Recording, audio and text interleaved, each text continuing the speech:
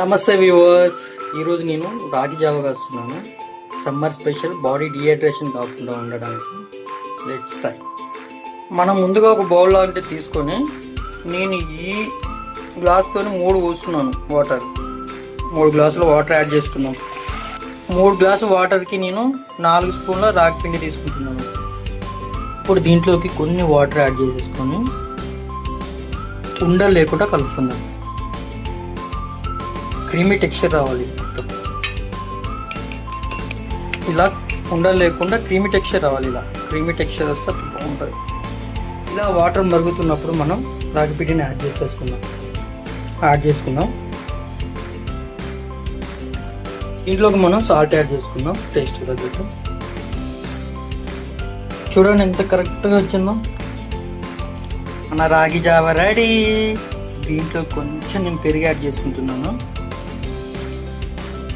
ఒకసారి కలుపుకుందాం పెరుగుని. ఇప్పుడు రాగి జావని టేస్ట్ చేద్దాం.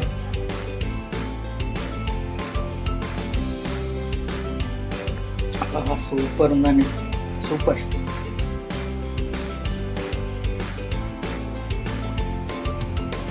ఇలా పెరిగేసాం కాబట్టి కొంచెం పుల్లగా వస్తుంది. ఈ సమ్మర్లో ఇలాంటిది ట్రై చేసి చూడండి, చాలా బాగుంటుంది. బాడీ డిహైడ్రేషన్ కాకుండా ఉంటుంది. హెల్త్కి కూడా చాలా మంచిది రాగి జావ. Thank you for watching my video. Please subscribe to Anju Vinu Vlogs. Thank you.